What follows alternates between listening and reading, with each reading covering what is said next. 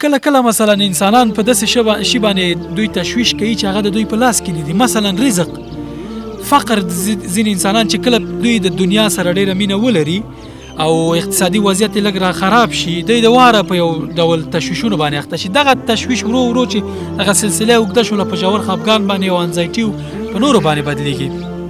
په داسې حال کې چې دغه انسانان باید په دې وپوهېږي چې روزي د ده په لاس کې شی نه دی، د باندې یوازې حرکت دی او د الله تعالی له طرفه دته روزي ورکول دي.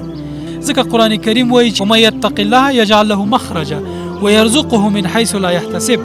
په دې معنا چې دا روزي چې ده او دا ځینې شیونه چې انسان په له امله ځان ملامت ګڼي او ځان ته سزا ورکوي، دغه شیونه د انسان په لاس کې بیخي دي نه.